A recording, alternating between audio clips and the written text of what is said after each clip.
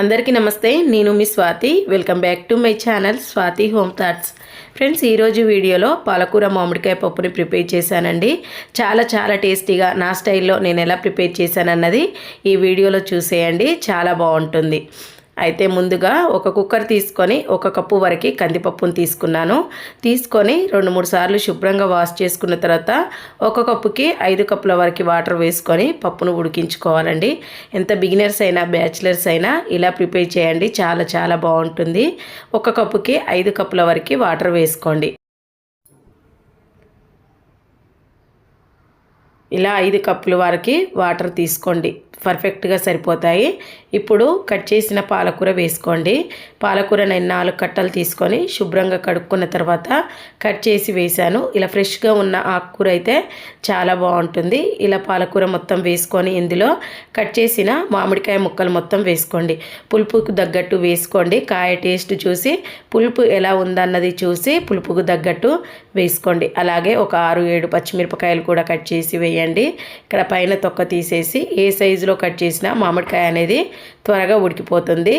ఇప్పుడు 1 tea spoon వరకు అల్లం వెల్లుల్లి paste, 1 table spoon oil, 1 table spoon కారం, అలాగే టేస్ట్కి సరిపడా సాల్ట్, చిటికెడు పసుపు వేసుకొని మూత పెట్టేసి విజిల్ పెట్టి ఒక 5 విజిల్స్ వచ్చేంత వరకు ఉడికించుకోండి. 4-5 విజిల్స్ వస్తే సరిపోతుంది. పప్పు చాలా టేస్టీగా ఉంటుందండి. ఒక 4-5 విజిల్స్ వచ్చేంత వరకు హై ఫ్లేమ్లో పెట్టి ఉడికించుకోండి. ఇలా హై ఫ్లేమ్లో 5 విజిల్స్ వచ్చాయి.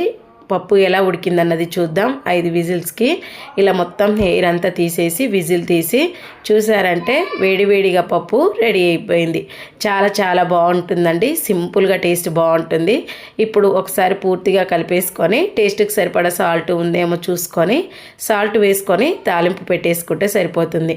కొద్దిగా పప్పు ఉడకపోతే పప్పు గుత్తితో మెదపండి. ఉట్టిగానే మెదిపోతుంది. ఇలా మెదుపుకొని తాలింపు పెట్టేసుకోవటమే.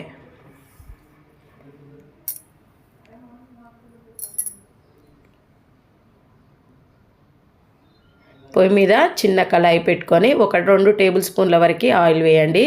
ఆయిల్ బాగా వేడయ్యాక తాలింపు గింజలు వేసుకొని దోరగా ఫ్రై చేసుకోండి. ఫ్రై చేసిన తర్వాత 5-6 వెల్లిపాయలని ఇలా దంచి వేసుకోండి. ఫ్లేవర్ చాలా బాగుంటుంది.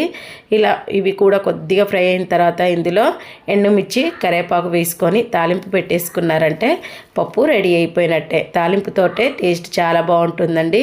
ఇలా ఎల్లిపాయలు దంచి వేసిన పప్పు ఫ్లేవర్ చాలా బాగుంటుంది. ఇలా మొత్తం వేసుకొని కలిపేసుకున్నారంటే ఎంతో టేస్టీగా పప్పు రెడీ అయిపోయినట్టే. నా స్టైల్లో నేను ఇలా ప్రిపేర్ చేస్తానండి. ఇంట్లో వాళ్ళు చాలా ఇష్టంగా తినేస్తారు. చాలా బాగుంది. మీకు ఎలా అనిపించిందో నాకు కామెంట్ చేయండి. అలాగే ఇలా ప్రిపేర్ చేసి చూడండి. చాలా బాగుంటుంది. నచ్చితే ఒక లైక్ చేయండి. మరిన్ని వీడియోస్ కోసం ఛానల్ని సబ్స్క్రైబ్ చేసుకోండి. Thank you.